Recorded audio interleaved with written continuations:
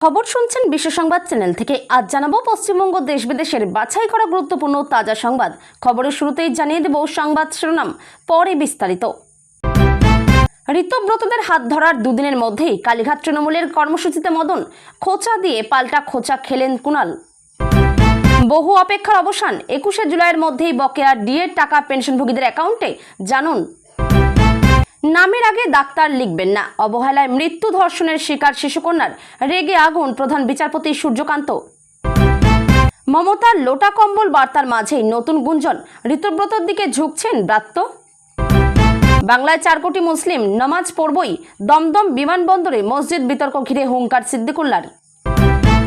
আপনার হাতে এখন অনেক সময়, সরকারি হেলিকপ্টার দিয়ে দেব, মমতাকে কি প্রস্তাব দিলেন শুভেন্দু। 3 দিনের সফরে আজই রাজ্যে অমিত শাহ, কেন্দ্রীয় স্বরাষ্ট্রমন্ত্রীকে স্বাগত জানাবেন মুখ্যমন্ত্রী। বড় কোনো প্রকল্পের সূচনা। বাকরা মসজিদের নামাজে গিয়েও ফিরে এলেন সিদ্দিকুল্লাহ, এলাকায় 163 ধারা জারি, র্যাব পুলিশে 6 লাভ। জনবহুল রাজ্যগুলিতে লাফিয়ে বাড়ছে করোনা সংক্রমণ, মৃতের সংখ্যা বেড়ে হলো কত। 35 কোটির ভোলবদল, আন্তর্জাতিক এয়ারপোর্টের মতো সেজে উঠল বাংলার এই রেল স্টেশন। চরম গাফিলতিতেই মুর্শিদাবাদের ট্রেনের ধাক্কায় মৃত 4 শিশু সহ 5, গ্রেপ্তার গেটম্যান। 10 লক্ষ ক্ষতিপূরণ ঘোষণা রেলমন্ত্রীর। যে বাচ্চাগুলোর প্রাণ গেল, মুর্শিদাবাদের দুর্ঘটনাস্থলে দাঁড়িয়ে আগের সরকারকে তোপ অগ্নিমিত্রা পালের। বড় ধাক্কা খেল নির্বাচন কমিশন, নাগরিকত্ব নিয়ে সুপ্রিম কোর্টের রায়ে কি বদলে যাচ্ছে বাংলার রাজনীতির সমীকরণ। দেশের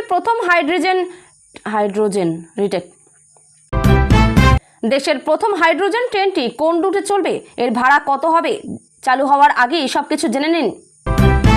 পুলিশের লাঠি শক্ত হয়ে গিয়েছে, এখন ঘা পড়লে বাকি জীবনটা হাসপাতালে যাবে। কেন সিদ্দিকুল্লাহকে এই জবাব দিলেন দিলীপ ঘোষ।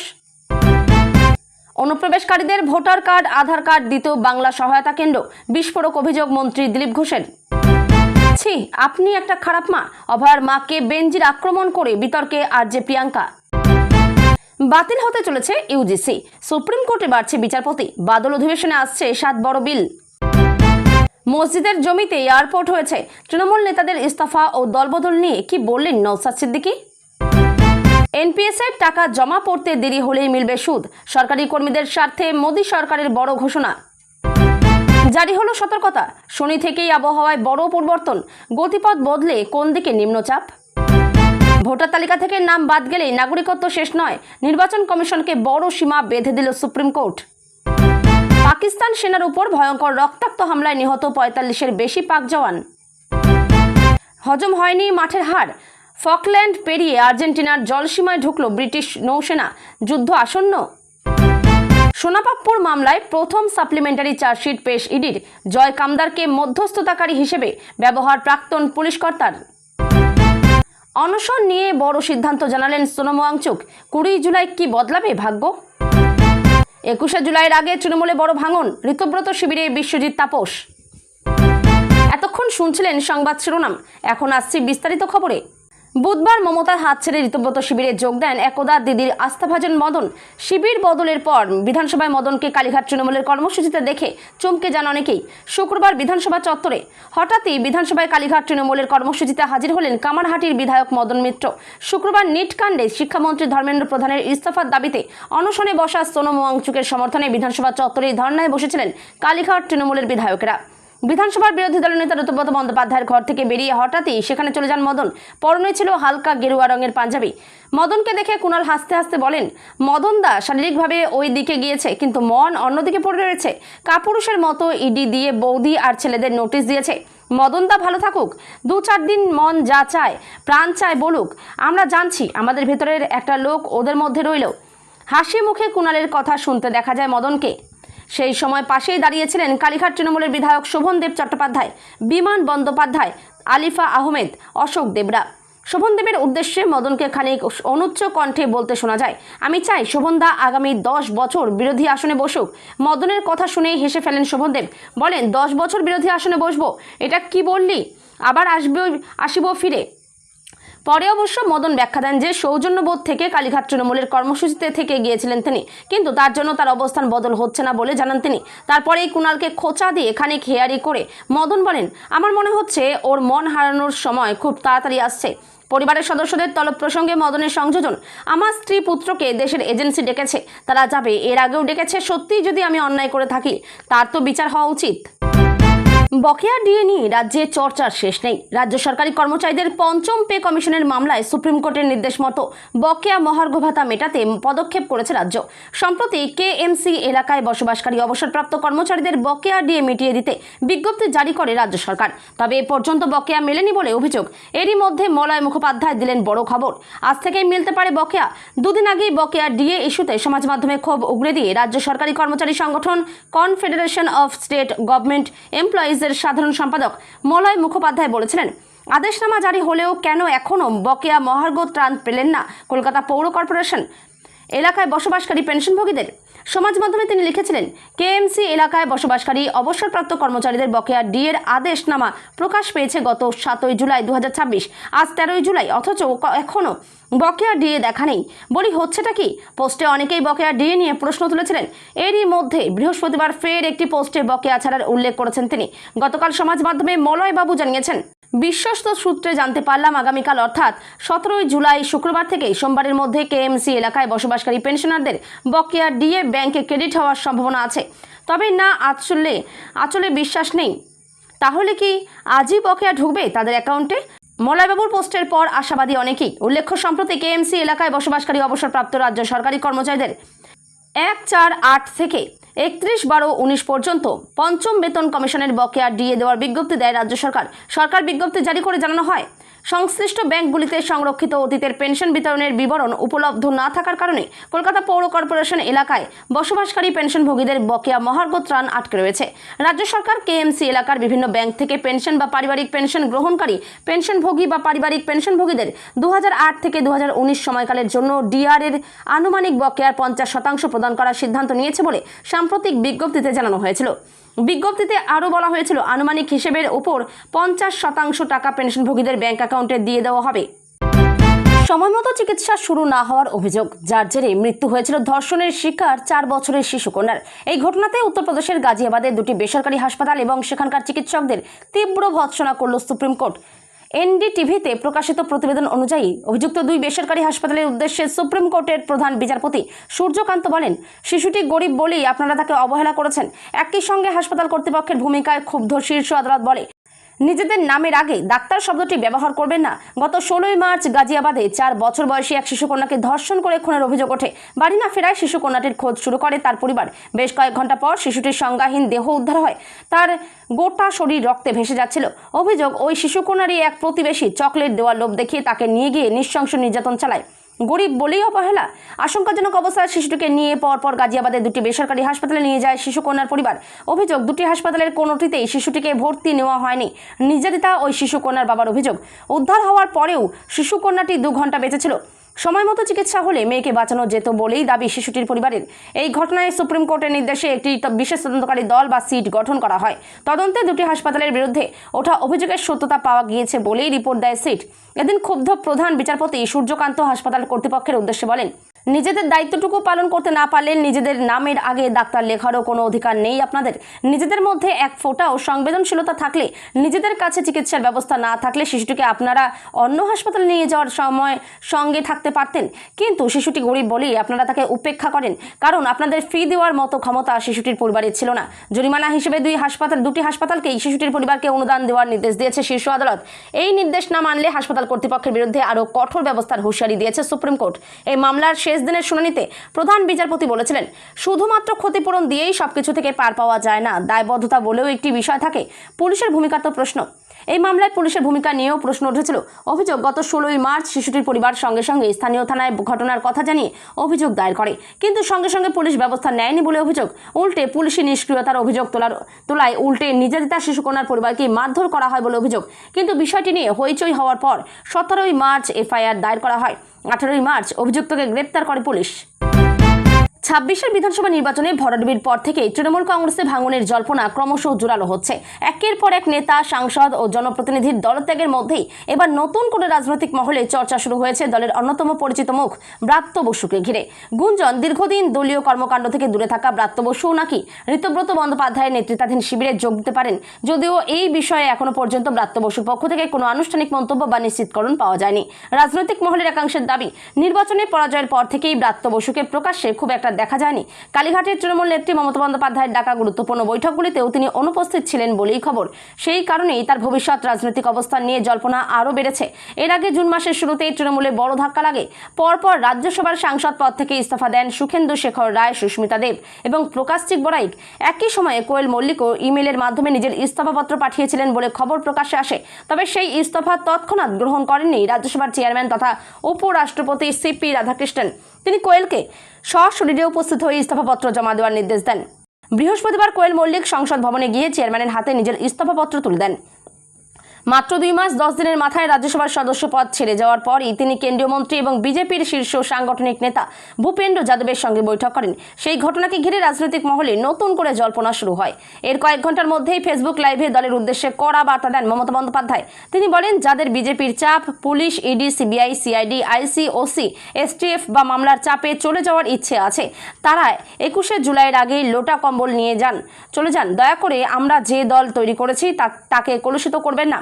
কেউ দল ছাড়লে তাতে আমরা দুর্বল হব না। মমতার এই মন্তব্যের পরই ব্রাত্য বসুকে ঘিরে নতুন জল্পনা আরও জোরদার হয়েছে। রাজনৈতিক সূত্রের দাবি, শুধু ব্রাত্য বসুই নন, রাজারহাটের প্রাক্তন বিধায়ক তাপস চট্টোপাধ্যায় এবং জঙ্গলমহলের মানবাজারের প্রভাবশালী আদিবাসী নেত্রী সন্ধ্যা রানী টুডুও নাকি ঋতব্রত বন্দ্যোপাধ্যায়ের শিবিরে যোগ দিতে পারেন। যদিও এই সম্ভাব্য দলবদল নিয়েও এখনো পর্যন্ত কোনো আনুষ্ঠানিক ঘোষণা হয়নি। এদিকে বিরোধী দলনেতা ঋতব্রত বন্দ্যোপাধ্যায়ও দাবি করেছেন, আগামী দিনে কালীঘাট তৃণমূলে আরও বড় ভাঙন দেখা যাবে। তার বক্তব্য, একের পর এক নেতা বর্তমান নেতৃত্বের উপর আস্থা হারিয়ে বিকল্প রাজনৈতিক পথ খুঁজছেন। তবে এই মুহূর্তে ব্রাত্য বসুর দলবদলের বিষয়টি সম্পূর্ণ জল্পনার পর্যায়েই রয়েছে। তিনি নিজে এ বিষয়ে মুখ না খোলা পর্যন্ত রাজনৈতিক মহলের কৌতূহল আরও বাড়বে বলেই মনে করা হচ্ছে। এখন নজর, আগামী কয়েকদিনে সত্যি কি আরও কোনো হেভিওয়েট নেতা তৃণমূল ছেড়ে ঋতব্রত বন্দ্যোপাধ্যায়ের শিবিরে যোগ দেন, নাকি সমস্ত জল্পনার অবসান ঘটিয়ে মমতার শিবিরেই থেকে যান। দমদম বিমানবন্দরের রানওয়ে লাগোয়া বাকরা মসজিদ স্থানান্তর ঘিরে এবার তৈরি হলো চরম জটিলতা। বিমানবন্দরের সম্প্রসারণ ও কড়া নিরাপত্তার স্বার্থে কর্তৃপক্ষ যখন মসজিদটি সরানোর সিদ্ধান্ত নিয়েছে, ঠিক তখনই সেখানে নামাজ পড়ার ডাক দিলেন জমিয়ত উলেমা এ হিন্দের রাজ্য সভাপতি সিদ্দিকুল্লাহ চৌধুরী। শুক্রবার বেলা 11:30টায় তার এই নামাজ পড়ার ঘোষণাকে কেন্দ্র করে রীতিমতো চাঞ্চল্য ছড়িয়েছে এলাকায়। বিতর্কের মূলে কি? কর্তৃপক্ষের করা অবস্থান। আন্তর্জাতিক উড়ান সুরক্ষা বিধি অনুযায়ী রানওয়ে থেকে যে কোনো কাঠামোর ন্যূনতম দূরত্ব 240 মিটার হওয়া বাধ্যতামূলক, কিন্তু বাকরা মসজিদটি সেকেন্ডারি রানওয়ে থেকে মাত্র 165 মিটার দূরে অবস্থিত। কর্তৃপক্ষের অভিযোগ, কোনো বৈধ পাস ছাড়াই প্রতিদিন বহু মানুষ সেখানে প্রবেশ করেন, যা উড়ান ও যাত্রীদের নিরাপত্তার ক্ষেত্রে বড়সড় ঝুঁকি তৈরি করছে। সিদ্দিকুল্লাহর দাবি ও হুঁশিয়ারি। প্রাক্তন মন্ত্রী সিদ্দিকুল্লাহ চৌধুরীর পাল্টা দাবি, এই মসজিদের সমস্ত আইনি বৈধতা ও নথিপত্র তাদের কাছে রয়েছে। তিনি হুঁশিয়ারি দিয়ে বলেন, বাংলায় 4 কোটি মুসলিম রয়েছেন, আমি ওই মসজিদে নামাজ পড়তে যাব। তবে তিনি আশ্বস্ত করেছেন, কোনো রকম অশান্তি বা মাইকিং করা হবে না, নামাজ পড়া হবে শান্তিপূর্ণভাবেই। পাশাপাশি কেন্দ্র চাইলে তারা আলোচনার জন্য প্রস্তুত বলে জানিয়েছেন। বিজেপির কড়া প্রতিক্রিয়া। এই ইস্যুতে সরব হয়েছে গেরুয়া শিবির। বিজেপি নেতা শ্রমিক ভট্টাচার্য সাফ জানিয়েছেন, এটি সরাসরি জাতীয় নিরাপত্তার প্রশ্ন। সুরক্ষার স্বার্থে নিয়ম মেনে মন্দির হোক বা মসজিদ, সবই সরানো উচিত। বিমানবন্দরের নিশ্চিন্দ্র নিরাপত্তা। দমদম বিমানবন্দরের মতো দেশের অন্যতম হাই সিকিউরিটি জোনে এই ধরনের জামায়াতের ঘোষণায় স্বভাবতই প্রশাসনের কপালে চিন্তার ভাঁজ পড়েছে। শুক্রবার যাতে কোনোভাবেই আইন শৃঙ্খলা পরিস্থিতির অবনতি না হয়, তার জন্য বিমানবন্দর ও সংলগ্ন এলাকায় বিশাল পুলিশ বাহিনী মোতায়েন করা হয়েছে এবং নিরাপত্তা ব্যবস্থা আরও জোরদার করা হয়েছে।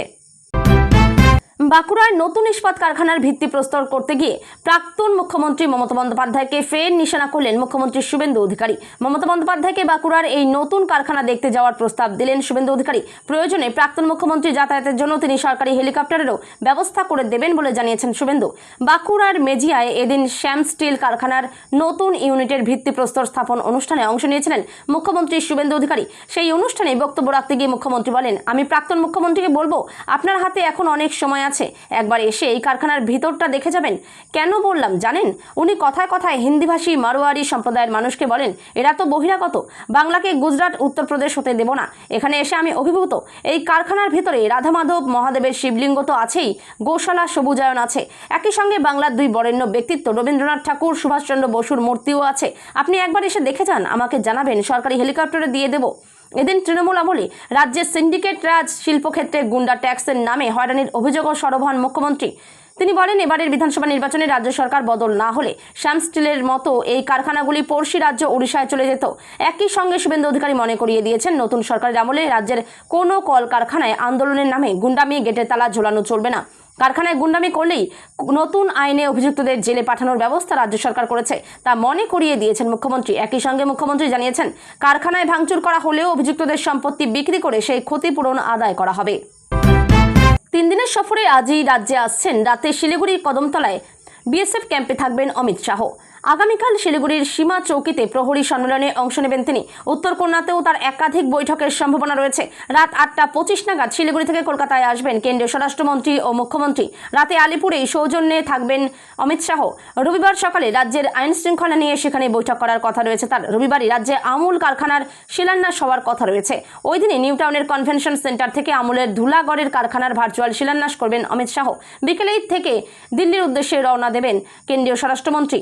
রাজ্যে ক্ষমতায় এসে পশ্চিমবঙ্গের শিল্পের জন্য জমি নীতিতে বড়সড় পরিবর্তন আনতে চলেছে বিজেপি সরকার। সেই রাস্তা কতটা চ্যালেঞ্জিং, কি বলছেন শিল্পপতি থেকে অর্থনীতিবিদরা? প্রকৃতপক্ষে বিজনেস মিনস বেঙ্গল হবে কিনা তার উত্তর মিলবে ভবিষ্যতে। রাজ্যের শিল্প মানচিত্রের হাল ফেরাতে মরিয়া মুখ্যমন্ত্রী শুভেন্দু অধিকারী। শিল্পের জমি অধিগ্রহণ নিয়ে অতীতের বিতর্ক ঝেড়ে ফেলে সামনের দিকে তাকাতে নতুন নীতি আনার কথা বলছে রাজ্যের প্রথম বিজেপি সরকার। কিন্তু সেই রাস্তা কতটা চ্যালেঞ্জিং? বিশেষজ্ঞরা বলছেন, মাঝারি ও ভারী শিল্পে বিনিয়োগের ক্ষেত্রে সবথেকে বড় বিষয় হলো একলপ্তে বড় জমি পাওয়া। এ নিয়ে অতীতের সিঙ্গুর, নন্দীগ্রাম বিতর্কের পুনরাবৃত্তি এড়াতে শিল্পের জন্য প্রয়োজনীয় জমি কিনে তা সরাসরি বিনিয়োগকারীদের হাতে তুলে দেওয়ার পরিকল্পনা নিয়েছে রাজ্যের বিজেপি সরকার। বড় শিল্প প্রকল্পের ক্ষেত্রে আরেকটি বড় বাধা হলো স্থানীয় প্রশাসনের অনুমোদনের দীর্ঘ প্রক্রিয়া। সেই প্রক্রিয়া সরিয়ে কেন্দ্রীয়ভাবে সিঙ্গল উইন্ডো ছাড়পত্র দেওয়ার ব্যবস্থা চালু করার কথাও জানিয়েছেন মুখ্যমন্ত্রী। অর্থনীতিবিদদের একাংশ বলছেন, কাজটা করতে হবে সাবধানে। অর্থনীতিবিদ অভিরূপ সরকার বলেন, যে জমিটা সরকার কোনো রাজনৈতিক অসুবিধা ছাড়া অধিগ্রহণ করতে পারবে সেই জমিটাই কি শিল্পপতিরা চাইছে? আবার যে জমিটা শিল্পপতিরা চাইছে সেই জমিটা কি সরকার কোনো রাজনৈতিক বাধা ছাড়া অধিগ্রহণ করতে পারবে? এই দুটোকে মেলানো একেবারে খুব সহজ কাজ নয়। আশা করব এবার মেলানো যাবে। 2 নম্বর হলো, শিল্পপতিদের নানা রকম উৎসাহ দিতে হবে, যেমনটা তাদের দেওয়া হয়েছিল। এবারের প্রথমবারের বাজেট হয়তো সে কারণে তেমন কোনো সংস্থান নেই। আশা করব ভবিষ্যতের বাজেটে সেই উৎসাহের ব্যাপারটা থাকবে। অভিযোগ, তৃণমূল আমলে শিল্পের পথে বারবার বাধা হয়ে দাঁড়িয়েছিল সিন্ডিকেট, তোলাবাজির দাপট। সরকারের থেকে বড় হয়ে উঠেছে রাজনৈতিক দলের দাদাগিরি। শুক্রবার সকাল থেকেই দমদম বিমানবন্দর চত্বর এবং সংলগ্ন বিরাটি ও বাঁকড়া এলাকায় তীব্র উত্তেজনা ছড়ালো। কলকাতা বিমানবন্দরের ভেতরে থাকা ঐতিহাসিক বাঁকড়া মসজিদ স্থানান্তর করার সিদ্ধান্তের প্রতিবাদে এদিন সেখানে নামাজ পড়ার ডাক দিয়েছিলেন রাজ্যের প্রভাবশালী সংখ্যালঘু নেতা সিদ্দিকুল্লাহ চৌধুরী। এই কর্মসূচিকে কেন্দ্র করে পরিস্থিতি যাতে হাতের বাইরে চলে না যায় তার জন্য আগেভাগে কড়া ব্যবস্থা নেয় বিধাননগর পুলিশ প্রশাসন। বিমানবন্দরের 7 নম্বর গেট এবং তার আশপাশের এলাকায় জারি করা হয় 163 ধারা। কিন্তু এই টানটান উত্তেজনার মাঝেই নাটকীয় মোড়। এয়ারপোর্ট চত্বরে গিয়েও আচমকায় পিছু হটলেন সিদ্দিকুল্লাহ চৌধুরী। শুক্রবার সকাল থেকে এই গোটা বিমানবন্দর এলাকা জুড়ে ফেলা হয় কড়া নিরাপত্তায়। বিধাননগর পুলিশের বিশাল বাহিনীর পাশাপাশি নামানো হয় কেন্দ্রীয় বাহিনী, র্যাফ এবং আনা হয় জলকামান। কোনোভাবেই যাতে সাধারণ মানুষের জমায়েত না হয় তার জন্য অনবরত মাইকিং করা হতে থাকে, যাতে এয়ারপোর্টের যাত্রীদের কোনো সমস্যায় পড়তে না হয় সেদিকেও কড়া নজর ছিল প্রশাসনের। এই যুদ্ধকালীন পরিস্থিতির মাঝেই দুপুরের দিকে এয়ারপোর্ট চত্বরে পৌঁছান সিদ্দিকুল্লাহ চৌধুরী। সেখানে কর্তব্যরত উচ্চপদস্থ পুলিশ আধিকারিকদের সঙ্গে দীর্ঘক্ষণ কথা বলেন তিনি। এরপরই সবাইকে চমকে দিয়ে তিনি ঘোষণা করেন, আজকের মতো এই কর্মসূচি বাতিল করা হলো। তবে ঠিক কী কারণে তিনি পিছু হটলেন তা নিয়ে বিস্তারিত মুখ খোলেননি এই নেতা। 136 বছরের পুরনো গৌরীপুর জামে মসজিদটি স্থানীয়ভাবে বাঁকড়া মসজিদ নামে পরিচিত, যা বিমানবন্দরের সীমানার ভেতরেই অবস্থিত।